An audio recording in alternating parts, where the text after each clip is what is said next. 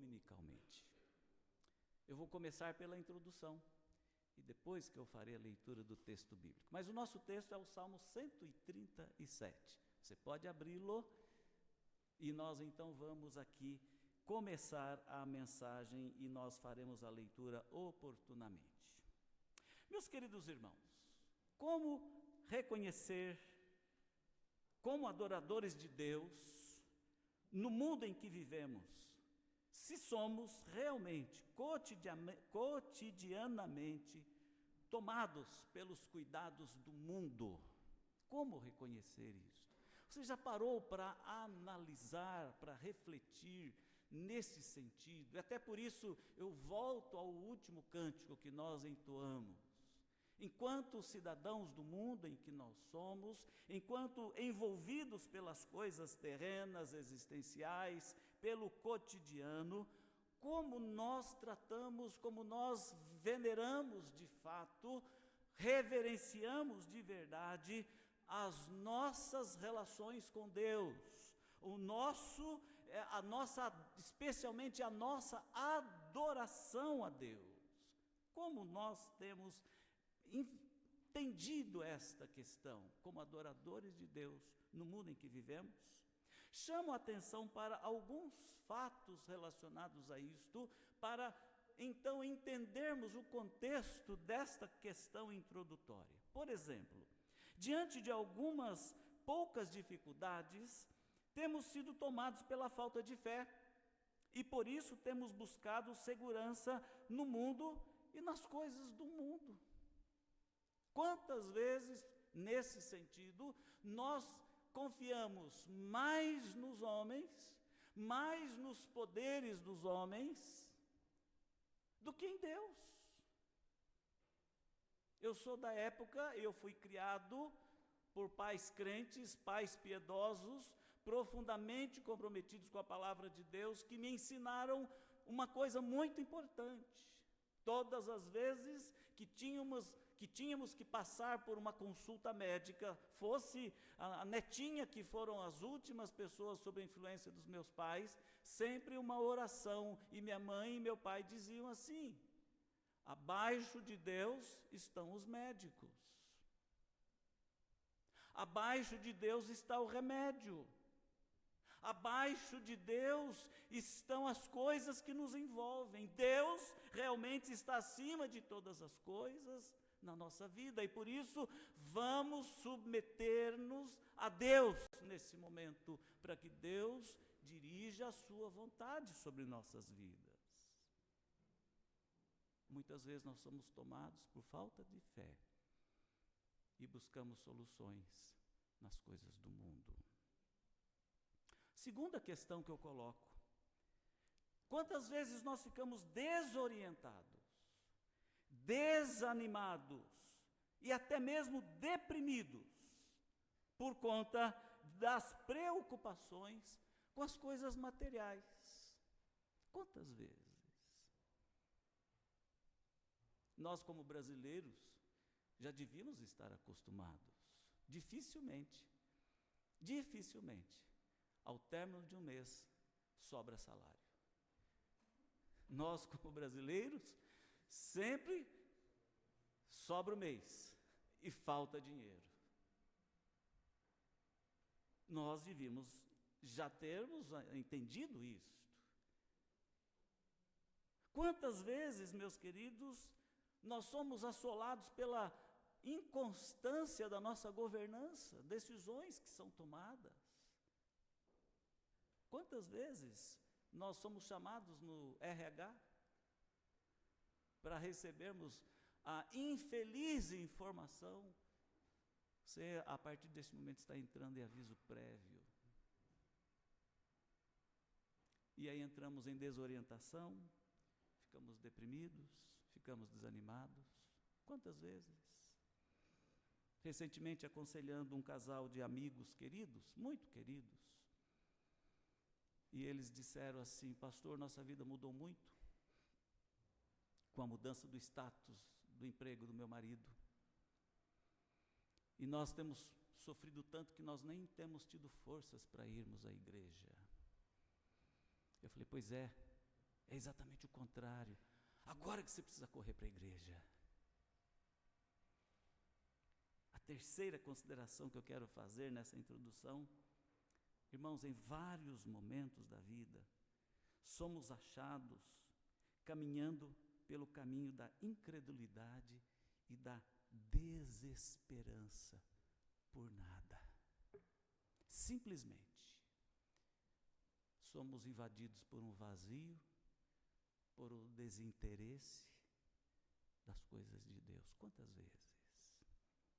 E quando eu falo desesperança, eu não estou falando de dias melhores, eu estou falando da perda da esperança, da provisão, da presença, da companhia, da pessoa de Deus. E por conta disso, nós procuramos resolver a situação com os paliativos desse mundo. Drogas, bebidas, passeios, viagens, distrações. Estou com a cabeça cheia, a situação não está boa lá em casa, precisamos viajar para espairecer. Preciso trocar de carro para ver se dá um up lá em casa.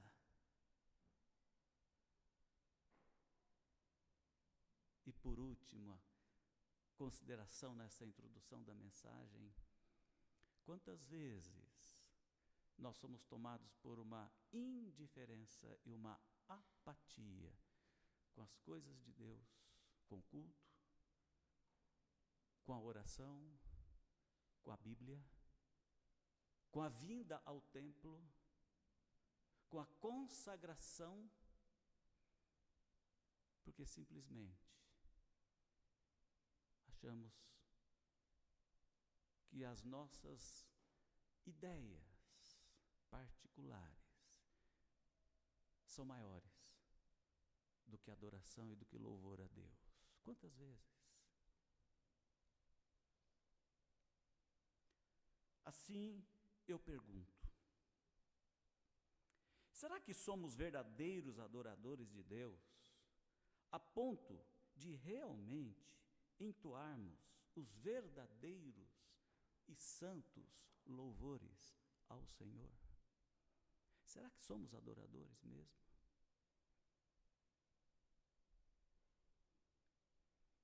Em resposta a essa pergunta, que é tão importante e central na vida do povo de Deus, eu venho citar o exemplo de Israel em pleno cativeiro babilônico na descrição do lamento apresentado no Salmo 137. Acompanhe a leitura comigo desse texto. Se você já leu o Salmo 137, em outros momentos, eu gostaria que você lesse agora o Salmo 137, diante das colocações que eu fiz na introdução da mensagem. Às margens dos rios da Babilônia, nós nos assentávamos e chorávamos, lembrando-nos de Sião. Nos salgueiros que lá havia, pendurávamos as nossas harpas, pois aqueles que nos levaram cativos nos pediam canções, e os nossos opressores que fôssemos alegres, dizendo: entoai-nos alguns dos cânticos de Sião. Como, porém, haveríamos de entoar o canto do Senhor em terra estranha? Veja que é uma pergunta isto.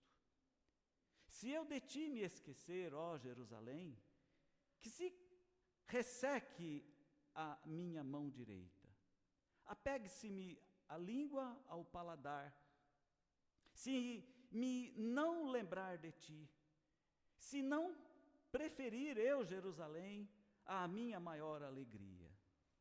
Contra os filhos de Edom, lembra-te, Senhor, do dia de Jerusalém, pois diziam: arrasai, arrasai-a até os fundamentos. Filha da Babilônia, que hás de ser destruída, feliz aquele que te dera o pago do mal que nos fizeste. Feliz aquele que pegar teus filhos e esmagá-los contra a pedra. Irmãos, o Salmo, ele nos descreve o povo de Israel no exílio da Babilônia, forçado a se lembrar de Sião, sua terra natal, porém, sem o desejo de celebrar o nome de Deus. É isso que o Salmo descreve.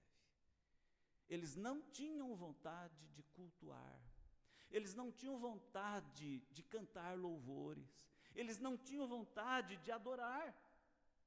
Por isso que o Salmo em si é uma lembrança do luto, do desânimo e da distância das pessoas, daquelas pessoas, da comunhão com Deus. O Salmo também, irmãos, descreve a frieza da fé deles. O Salmo descreve a indiferença da expressão da adoração e, pior, descreve a indiferença deles em relação à pregação da palavra de Deus. 3 graves problemas.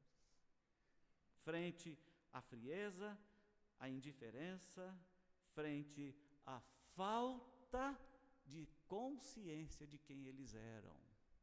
Eles não adoraram a Deus, eles não cantaram louvores a Deus, eles não testemunharam da lei de Deus, porém, eles não pregaram a palavra de Deus.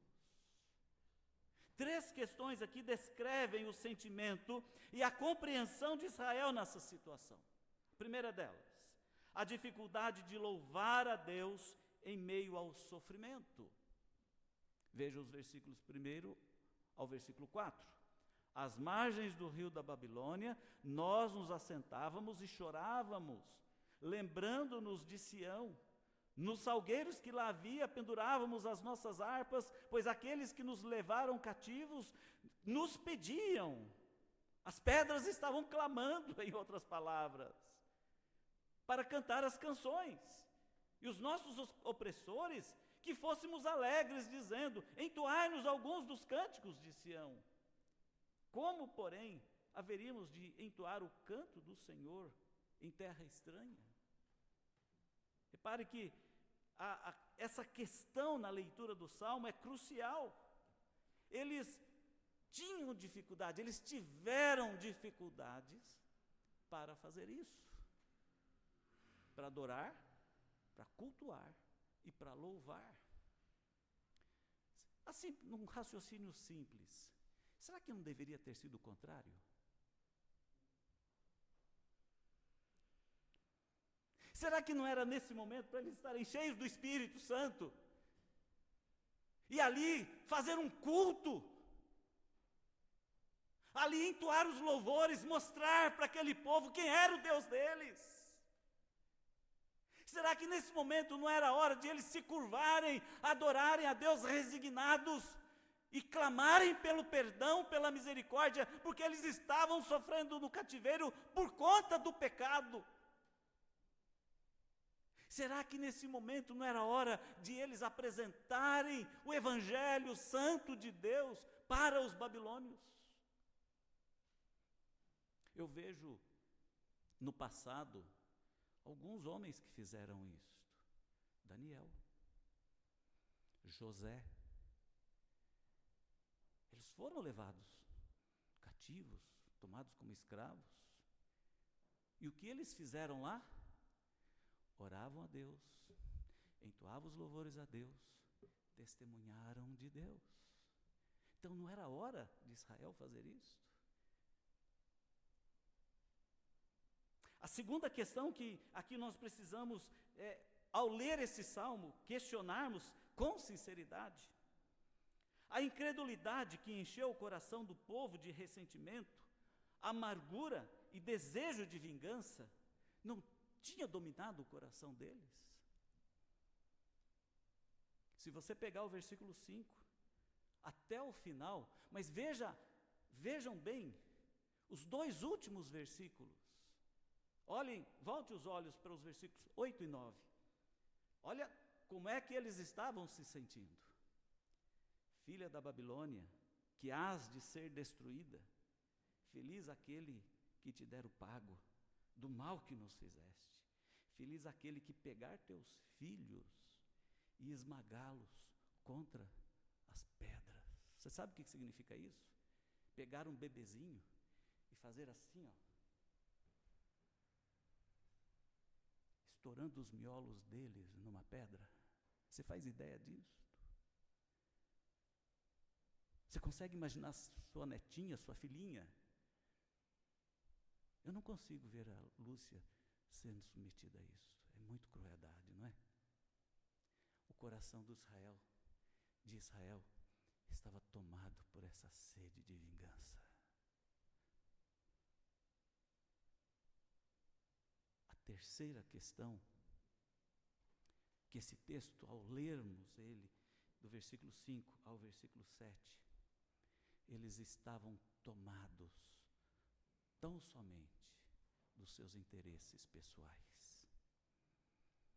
E o interesse pessoal deles era se ver livres do cativeiro. Eles queriam somente vida melhor.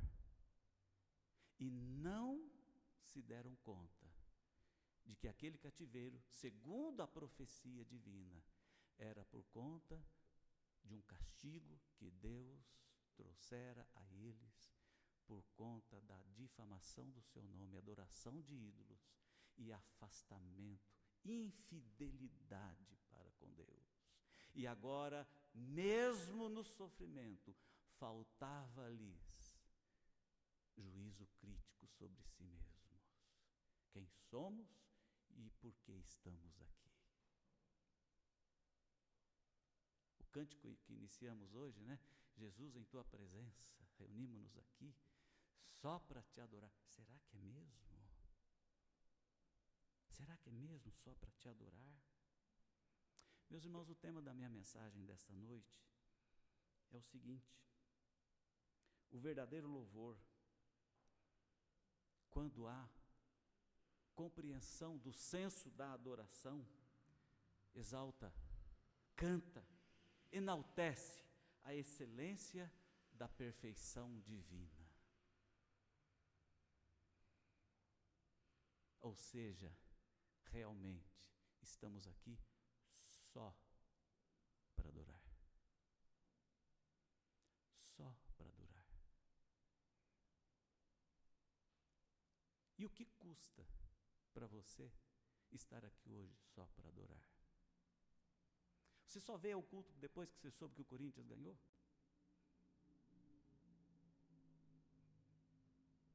E se o Corinthians tivesse perdido? Você teria vindo? Ou você ia para o bar beber? E se fosse decisão do campeonato hoje? E se chegasse uma visita à sua casa? E se alguém te convidasse para assistir aquele maravilhoso filme do Bruce Springsteen que está passando no cinema? E se você tivesse recebido um convite para ir jantar lá no Rubaiá, lá nos Jardins, no bistrô do Claude, eu pago para você, vamos jantar. Você abriria a mão para estar aqui? Ou lá no Terraço Itália? Você abriria a mão para estar aqui? Por uma razão: só para adorar a Deus?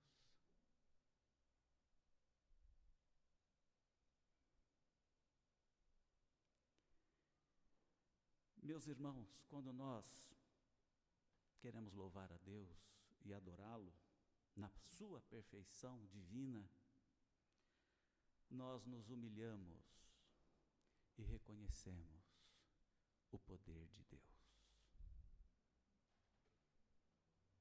Nós nos humilhamos e reconhecemos o poder de Deus. Reconhecer o poder de Deus com humildade, meus amados irmãos, é reconhecer que tudo vem dele, desde talentos, sucessos, até mesmo a nossa própria existência. Significa admitir as próprias limitações e fraquezas, e que se precisa da graça divina para viver.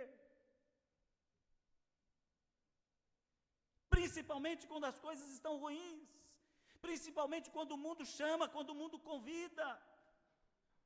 E a humildade nesse contexto não é fraqueza, mas uma força que abre o coração para a dependência de Deus e para o recebimento da sua graça, em vez de enchimento do seu orgulho, em vez de buscar paliativos, em vez de encher-se de si mesmo. O significado da humildade diante do poder de Deus, em vez de se desanimar, em vez de se deprimir, em vez de se entregar, em vez de deixar de orar, em vez de deixar de clamar, em vez de deixar de buscar a Deus, em vez de deixar de adorar. E nesse sentido da humildade diante do reconhecimento de Deus, há aqui 4 importantes ligações, ou como o Gustavo gosta de falar, movimentos. Ele gosta de falar muito movimento, né? Há um movimento aqui. Então há 4 ligações. Primeiro, Deus é soberano sobre a sua vida. Se você entende que você é um crente humilde, mas Deus não é soberano, você enche o seu pensamento, você faz escolhas, você toma decisões que não prioriza Deus na sua vida, eu lamento te dizer, você não foi aprovado na prova de humildade, você foi reprovado. Você foi reprovado. Na teologia bíblica, até na teologia sistemática, na Escritura Sagrada, nos nossos símbolos de fé, catecismos, confissão de fé, Deus acima de nossa vida, em tudo. E o crente verdadeiramente convertido, conhecedor da palavra, realmente consagrado, ele entende a soberania do Senhor na sua vida, até nas suas escolhas. Eu não abro mão da adoração para receber o melhor jantar do mundo, a melhor festa do mundo. Eu não abro mão. Só para a gente pensar, a gente está chegando aí no final do ano. Natal e Ano Novo virou para nós esse nome de festa, né? Banquetes, viagens, reuniões de família. Então, chega na véspera do Natal, não tem ninguém na igreja. Coral não quer cantar. Não tem ninguém para tocar instrumento. Ah, não, a família vai se reunir. A gente precisa estar lá, é lá na outra cidade. Eu já comprei passagem para a Europa, eu vou para Portugal esse ano. Ah, não, eu vou assistir o Réveillon na praia de Copacabana. Vou ver a queima de fogos. Vamos, pastor?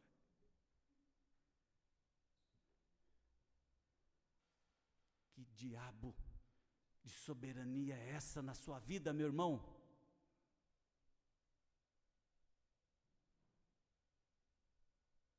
Quem é Jesus para você, onde você devia honrá-lo, glorificá-lo? Por isso celebra-se o Natal. Antes que diga que eu estou dando recado aqui para o coral, por causa das conversas que vocês tiveram aqui hoje, essa mensagem foi preparada durante a semana, viu?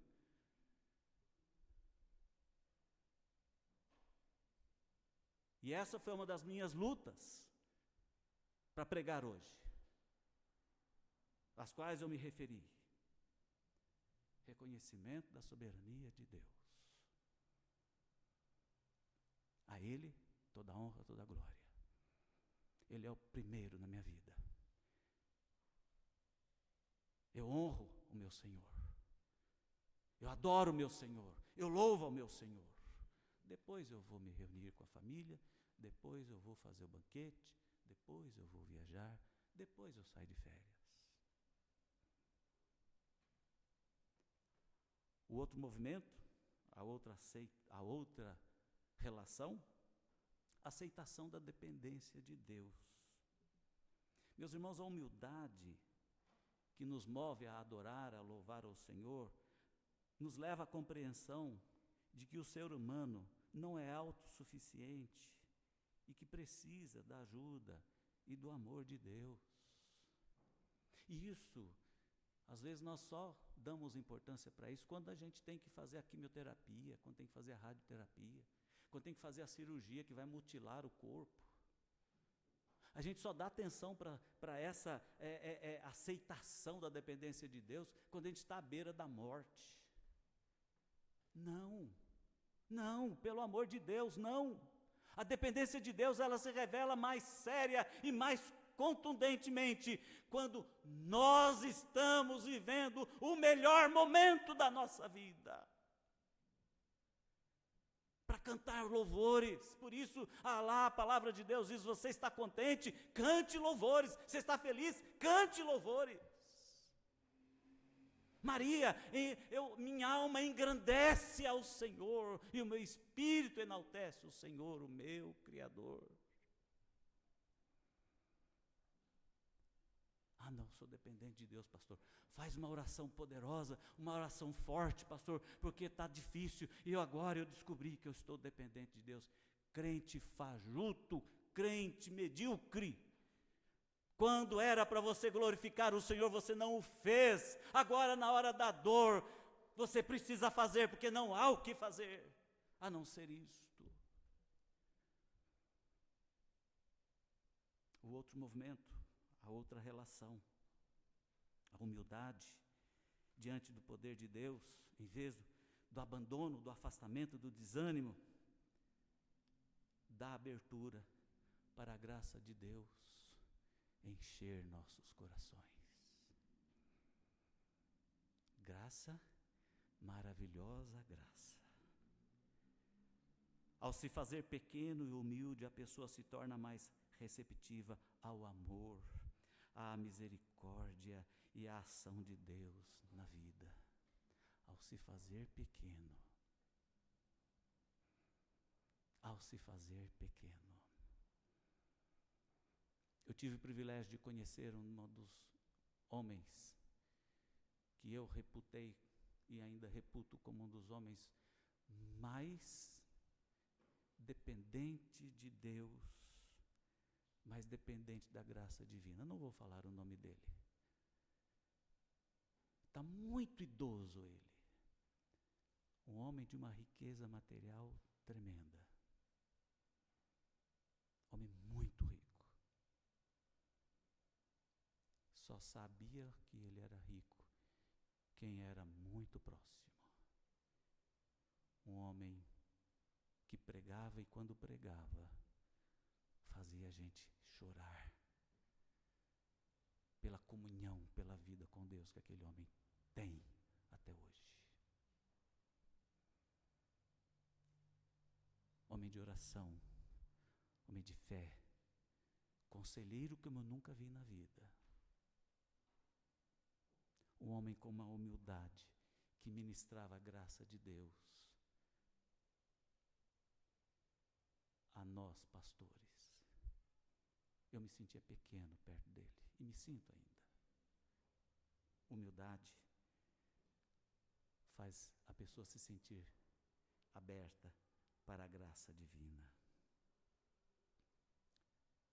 A quarta relação, o significado da humildade diante do poder de Deus, faz a pessoa ter foco no serviço e na comunhão. Faz a pessoa focar a vida na igreja, o tempo com o Senhor, o ministério, o serviço.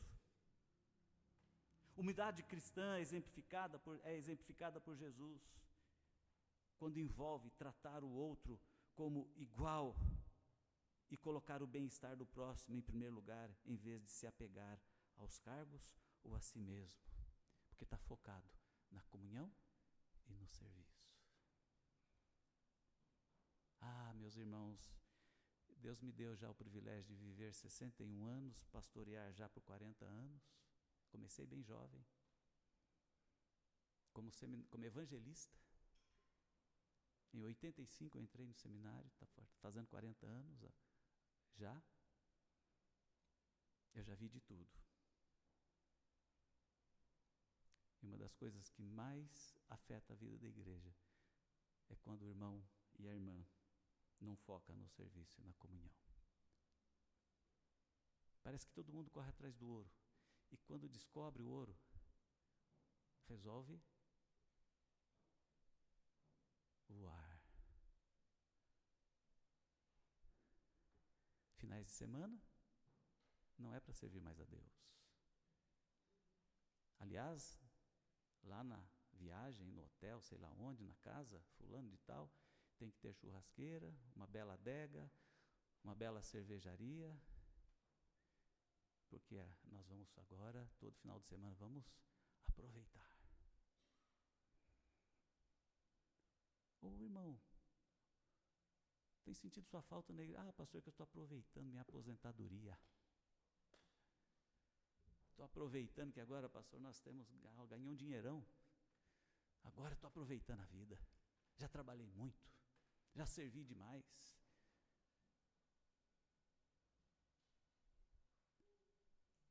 É adorador? É a pessoa que se ocupa com louvor? É uma pessoa humilde na presença de Deus?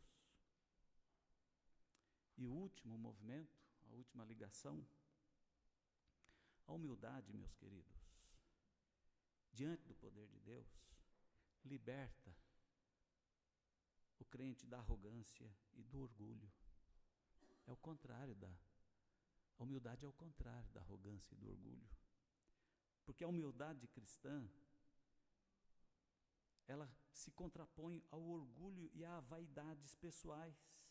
Porque o orgulho e as vaidades pessoais são barreiras que impedem a ação de Deus na vida da pessoa. Bloqueia até mesmo as bênçãos. Enquanto a humildade libera a pessoa para ser usada de forma poderosa para a glória de Deus. A arrogância, o orgulho, afasta. Então, meus amados irmãos, o que isso tem a ver com adoração e com louvor? Porque isso se reflete na vida pessoal e na participação na vida da igreja. Sabe quando você não está aqui?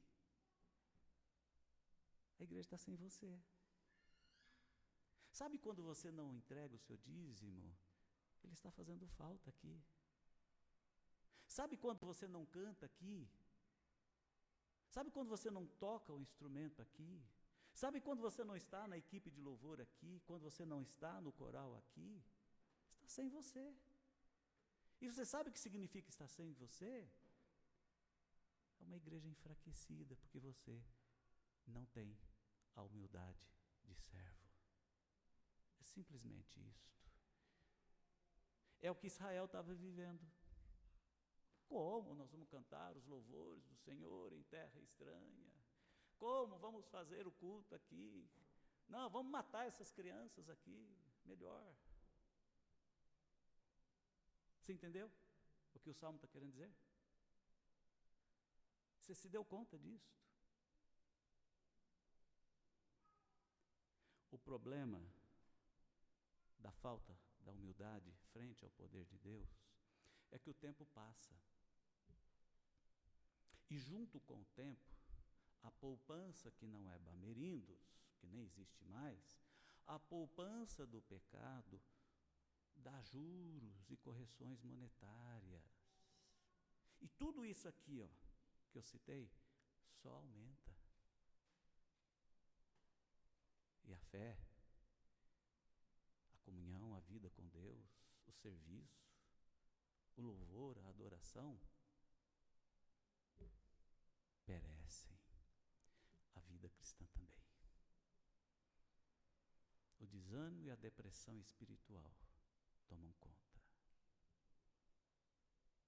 Triste. Mas quantas igrejas estão fechando as portas? Estão com suas cadeiras vazias? E quantas vezes ficamos aqui vazios? Por conta dessas coisas.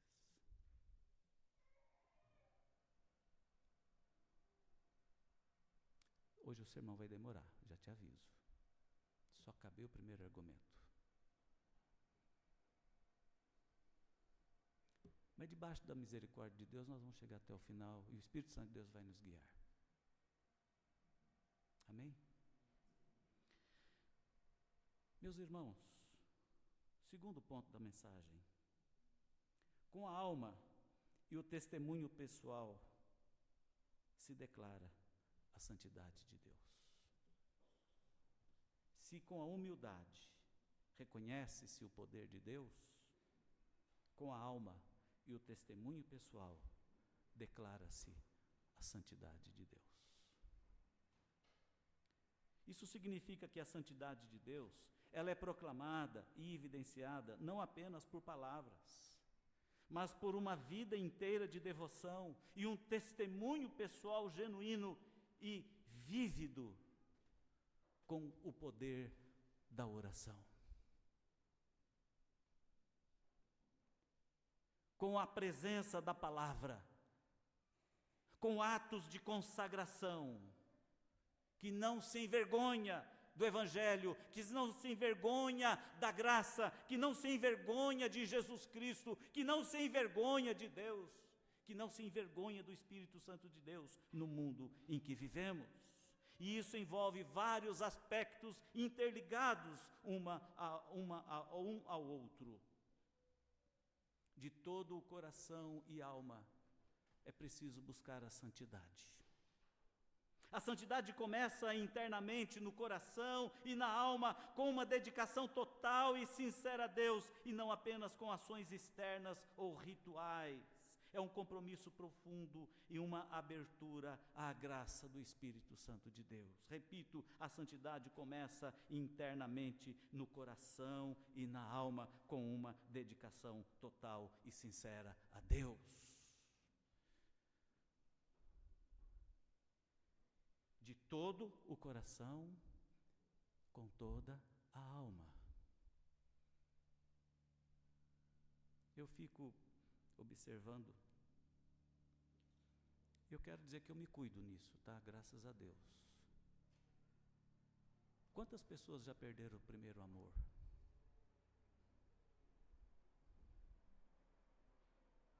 Você sabe o que é o primeiro amor?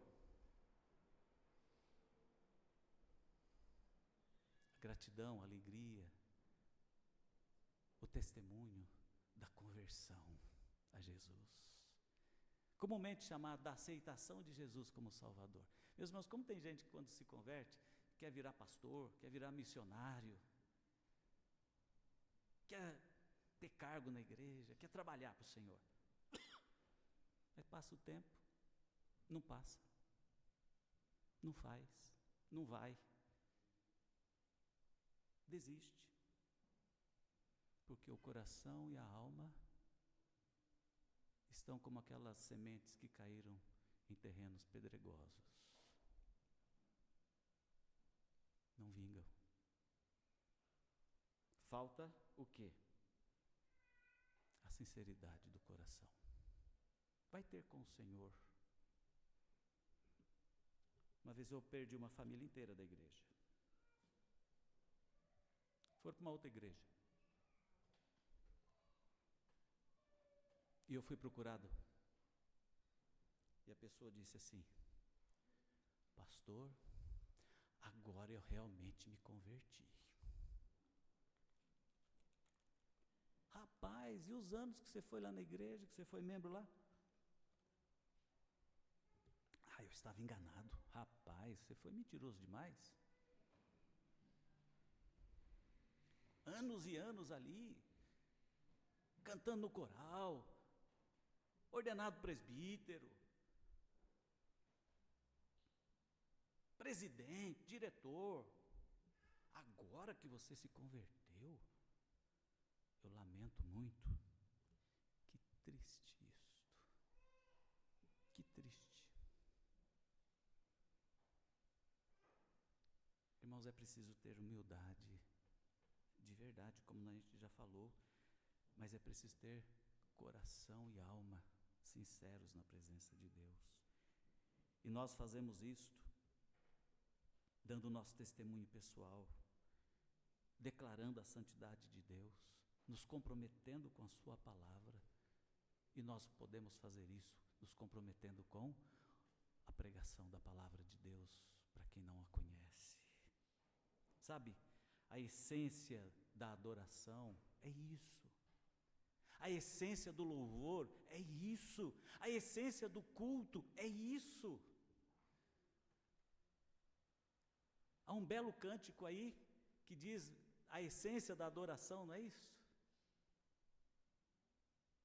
É preciso que cotidianamente cada um de nós alimente a essência da adoração, porque a alma, na perspectiva espiritual, refere-se ao nosso interior, ao nosso coração, à nossa mente. A santidade de Deus passa então a ser declarada por meio da nossa alma das seguintes formas: reconhecimento interior.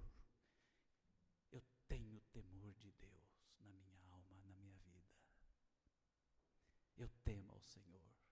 E por eu temer ao Senhor, eu não quero me afastar das suas leis e dos seus mandamentos, dos seus juízos. Eu quero obedecê-lo. Eu quero andar na sua presença.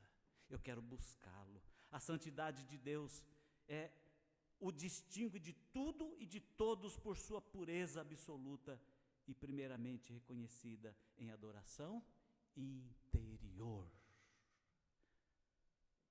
Às vezes a gente pode sentar e ficar quietinho, mas a alma está derretida diante de Deus, o coração está quebrantado. Não precisa erguer a mão, não precisa dançar, não precisa pular, não precisa fazer nada. O coração está rendido na presença de Deus. Deus procura para si homens e mulheres que o adorem em espírito e em verdade, cujas almas e cujos corações o reconhecem em seu interior, na sua completude.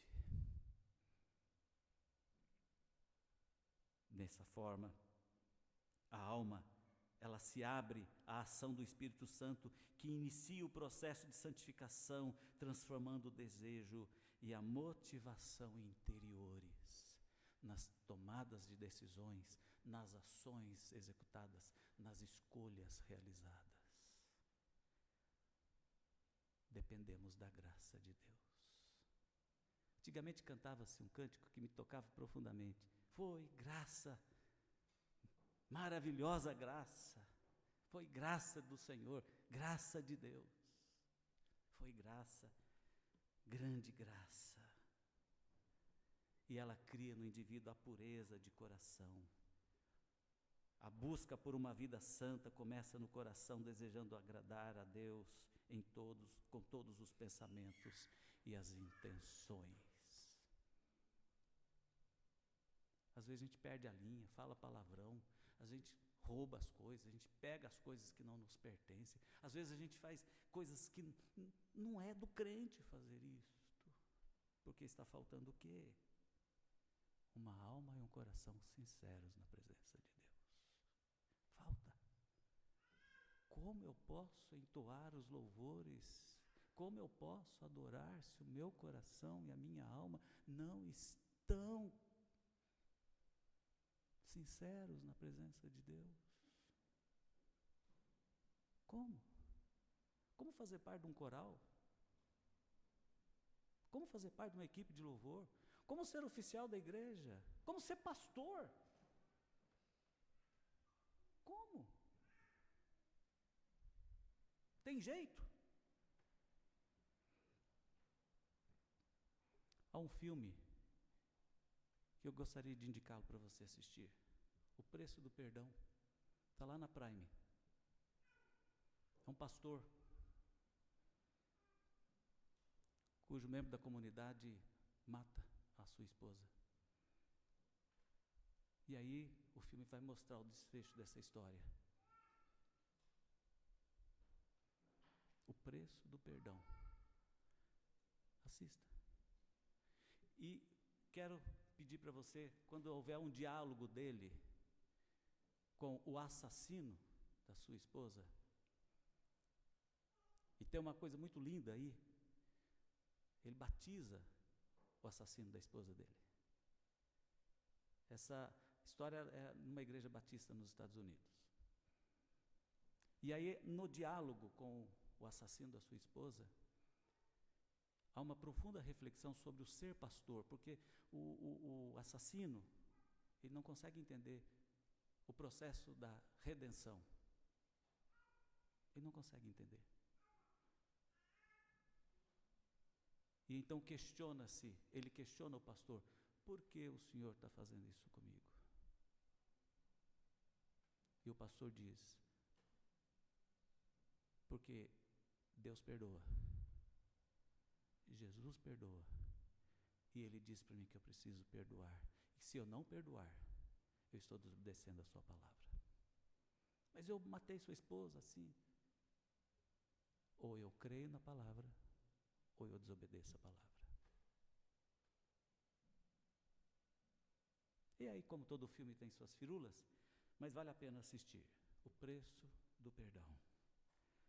A busca por uma vida santa começa no coração e na alma, sinceros, rendidos à presença de Deus. Qual é a aplicação desse segundo ponto na pregação? Meu irmão, há poder no testemunho pessoal, você sabia disso? Há poder no exemplo. O testemunho pessoal é a manifestação externa da obra de Deus no interior do indivíduo. Ele declara a santidade de Deus ao mundo através das seguintes formas: coerência de vida, renúncia ao pecado, inspiração para outros e proclamação ativa do reino de Deus. Em resumo, a santidade de Deus é verdadeiramente declarada quando a experiência interna da alma, com sua pureza e graça, se produz em um testemunho de vida visível e transformador que glorifica a Deus e não aos homens, que adora e que louvam sinceramente a Deus. Coração quebrantado, espírito voluntário, vida consagrada a Deus. Não apenas de palavras, não apenas de forma, não apenas no rito, mas o testemunho verdadeiro. Eu vejo que o povo de Israel aqui não estão nesse quadrado, não. Eles estão fora desse quadrado. O coração deles está muito machucado, muito ferido, muito longe de Deus. Terceiro e último ponto da pregação. Com o coração quebrantado, glorifica-se a Deus pela sua santidade. Sua que é com S maiúsculo, santidade de Deus. Então, Deus é glorificado pela santidade dele. Não porque eu quero só, não porque eu gosto só. Pelo contrário, às vezes eu não gosto, às vezes eu não quero, mas eu faço, porque Deus é santo. Você já chegou a esse ponto na sua vida cristã, como membro dessa igreja? Que para servir a Deus, para cantar na equipe, para cantar no coral, você deve fazer isso pela santidade de Deus, não para você? Para ser pastor, você já chegou a esse ponto, quase ordenado ministro aqui, que isso é para a glória de Deus, não é para você? Você já pensou que você, quando vem tocar o violão, tocar o piano aqui, você está fazendo isso por causa da santidade de Deus? Não é por você? Há um nó nas igrejas hoje. O culto, a forma do culto, tem que ser para agradar pessoas. Eu tenho certeza, alguém que vai reclamar do tempo da pregação de hoje. Alguém vai reclamar do sermão de hoje. Alguém vai embora hoje zangado comigo. Lamento. Mas hoje, eu disse desde o começo, há um momento especial na nossa vida hoje, na minha relação pastoral com você. Goste você ou não. E eu quero dizer para você que eu não estou feliz aqui agora, não. Mas eu preciso falar dessas coisas com a igreja a qual eu pastoreio. E que em breve eu deixarei de ser pastor titular dela. Eu preciso falar. Eu preciso falar com você, corista.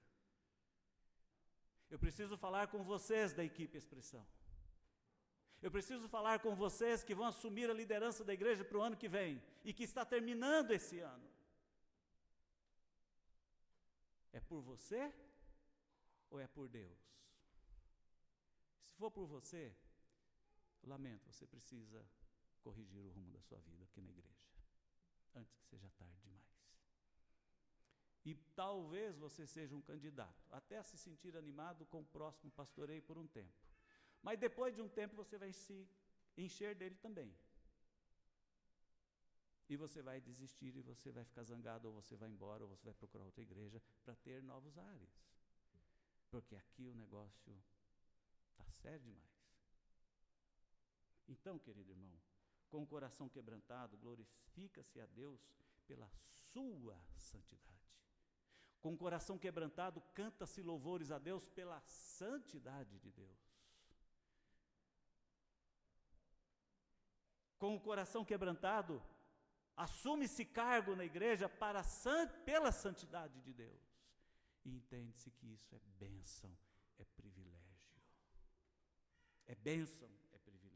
Porque glorificar a Deus com o coração quebrantado pela sua santidade é um ato profundo de adoração que envolve reconhecer a própria pecaminosidade e limitação em contraste com a perfeição e pureza de Deus. E esse quebrantamento é um sacrifício agradável a Deus, nascido da humildade e do arrependimento. É um sacrifício a Deus. Sim, é um sacrifício a Deus. Que darei ao Senhor por todos os seus benefícios para comigo? Davi estava em terra estranha e era o momento de fazer o sacrifício a Deus. Ele compra o campo para ali erguer o altar do Senhor, porque ele diz: eu não vou fazer culto em terra que não seja consagrada a Deus, e isso tem que me custar alguma coisa. Como farei isso se não me custar nada? Paulo diz lá na epístola assim, para nós oferecermos a Deus a nossa vida como um sacrifício vivo, santo e agradável. Meu irmão, se você não entender que a sua vida aqui na igreja exige sacrifício, você precisa entender. Antes de você tomar decisão precipitada, procure entender. Procure entender. Com o coração quebrantado, glorifica a santidade de Deus e expressa a santidade de Deus, canta a santidade de Deus, prega a santidade de Deus, suporta as aflições pela santidade de Deus, adora a Deus pela santidade de Deus. Porque nós entendemos que Deus é santo demais, e aí nós reconhecemos a distância que há entre nós e Ele. E então nós queremos nos aproximar mais, queremos diminuir esse distanciamento.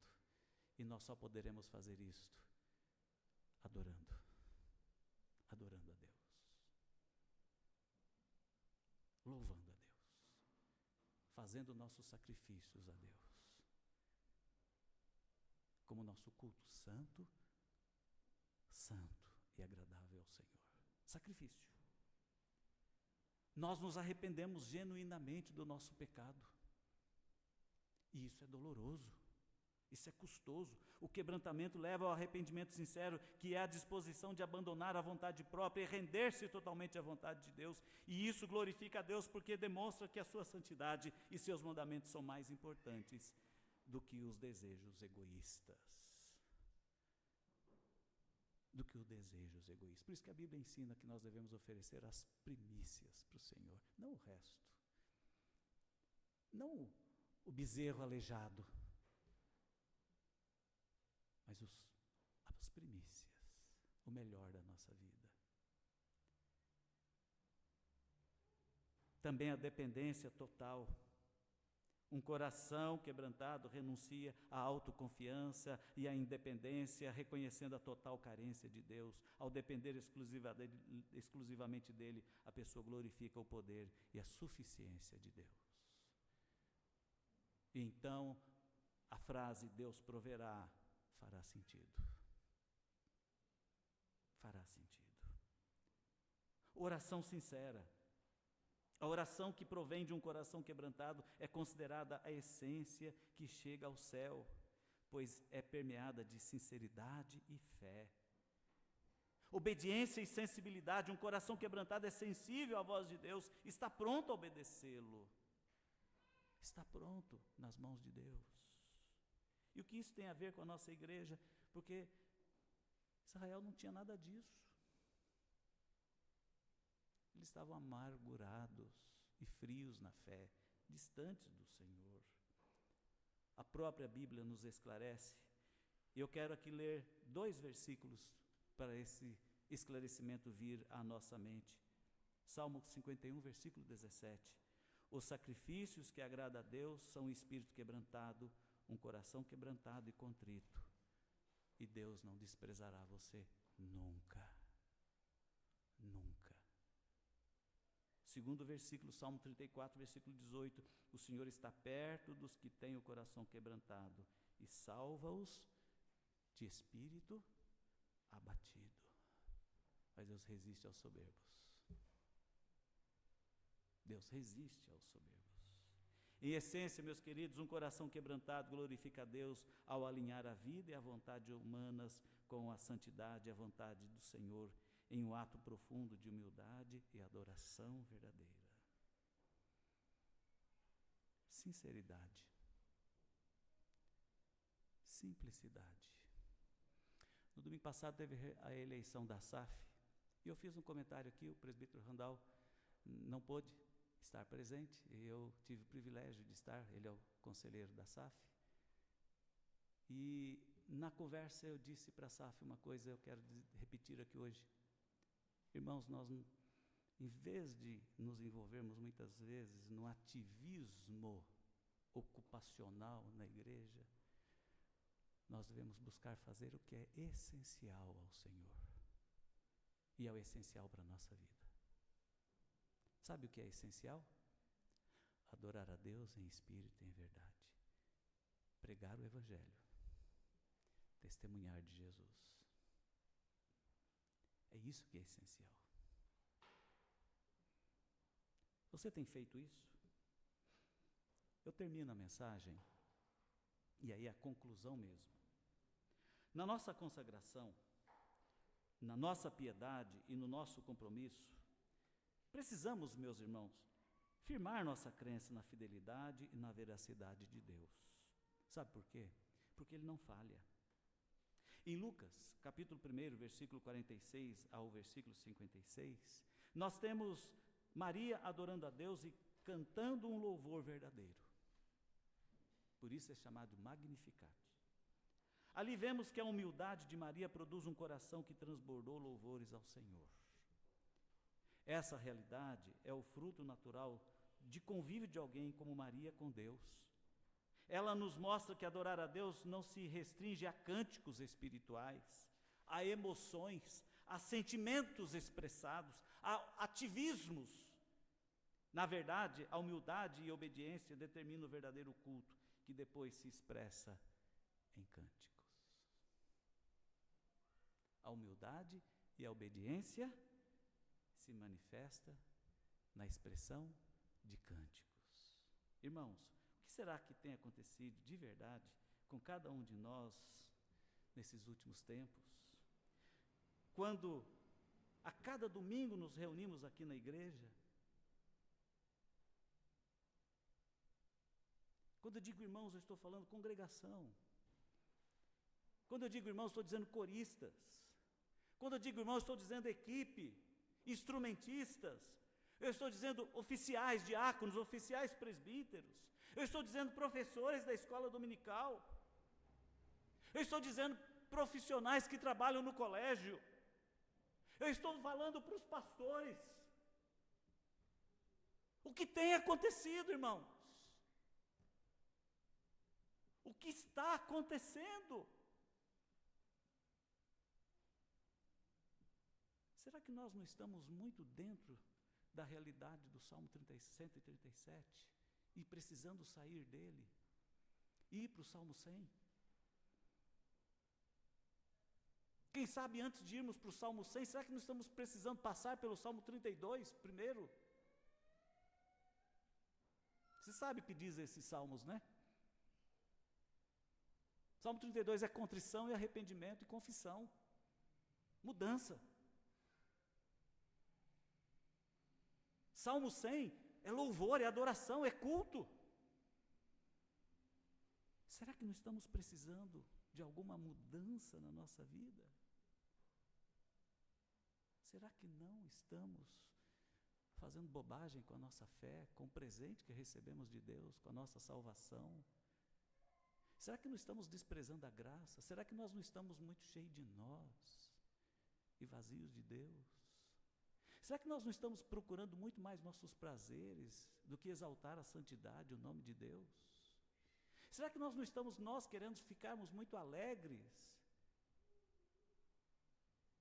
muito contentes e não fazer nenhum sacrifício ao Senhor? Será que nós não estamos cometendo esse monte de erros?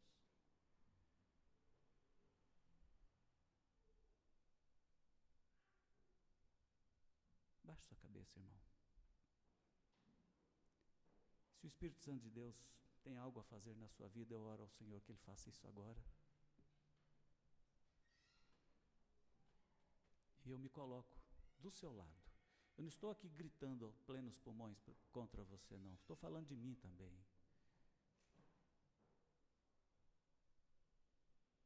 Vamos orar? Vamos rever nossa postura?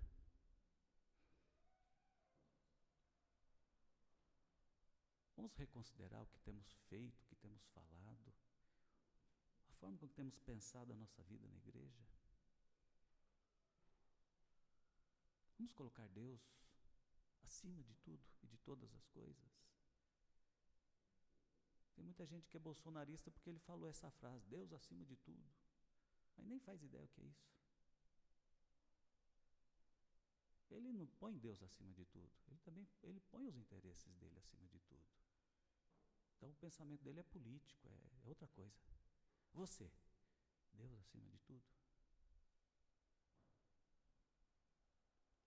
Vamos ter uma conversa com Deus sincera agora. E vamos aqui repensar tudo que nos envolve na vida dessa igreja. Eu quero fazer isso com você também. Eu também estou fazendo isso. Vamos orar.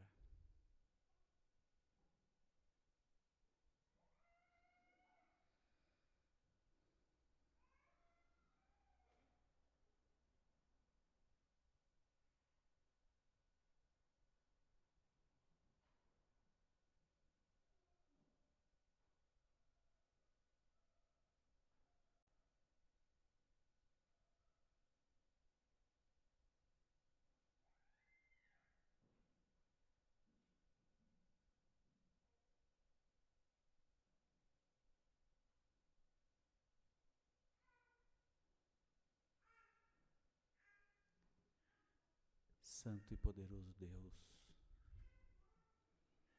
na Tua presença, nós estamos agora orando, falando com o Senhor, falando para o Senhor, o que tem vindo ao nosso coração. Eu peço, ó Pai, que Teu Espírito Santo esteja guiando nossas almas agora, pondo palavras em nossa mente, entendimentos, discernimentos importantes, no que diz respeito a sermos adoradores e louvadores e servos do Senhor. Pai, vê se há em mim e em cada irmão aqui presente que ouviu esta mensagem hoje, algum caminho mau. Dê-nos, ó Pai, compreensão desta maldade, desse pecado. Dê-nos, ó Deus, a humildade do quebrantamento e nos dê a coragem de pedirmos perdão. Mas eu peço também, ó Deus, que além disso, o Senhor dê a cada um de nós o comprometimento sincero e verdadeiro, para que antes de qualquer coisa nós sejamos adoradores, que os nossos louvores sejam verdadeiros, honestos. Eu peço ao Senhor, ó Deus, que nos dê mais consagração para gastarmos tempo com o Senhor e com as coisas do Teu reino, com a Tua igreja, para fazermos as obras, ó Deus, do Teu reino, para fazermos os sacrifícios que precisam ser feitos, para que de fato, ó Deus, nosso testemunho e a nossa ação expressem a honra que o Senhor merece. Salva-nos, ó Deus, da mentira, do engano, da vaidade, do orgulho. Em vez de nós termos raiva e ressentimento de pessoas e ter nosso coração cheio de revolta, que tenhamos a humildade e o desejo de quebrar sim o nosso coração, quebrar o nosso orgulho, partir a nossa vontade e nos submetermos ao Senhor. E que a igreja, ó Deus, a comunhão nossa, inclusive a ceia que vamos compartilhar agora, seja um ato de reconsagração e de nova visão, nova perspectiva, de um reavivamento verdadeiro, discernido na profundeza das Escrituras, compreendido através da Tua palavra, com corações realmente quebrantados, humildes na Tua presença.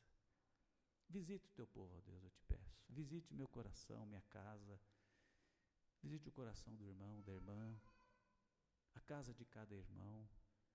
Ó Deus, toque, manifeste-se, ó Deus, lá no coral, lá na equipe Expressão, lá no conselho da igreja, lá na junta diaconal, lá no colégio presbiteriano do Brás, lá nas sociedades internas. Manifeste, ó Deus, e põe a Tua mão sobre as nossas vidas. Ó Senhor Deus, e se persistirmos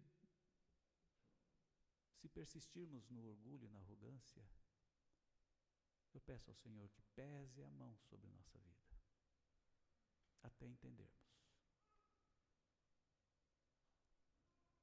até nos corrigirmos. Pese, que não haja, ó Deus, nada oculto, mas que o irmão e a irmã e nós todos possamos abrir nossos corações diante do Senhor. Eu oro, clamo e suplico ao Senhor, por intermédio de Jesus, na direção do Teu Santo Espírito, e com meu coração aberto na Tua presença, em nome de Jesus. Amém. Amém.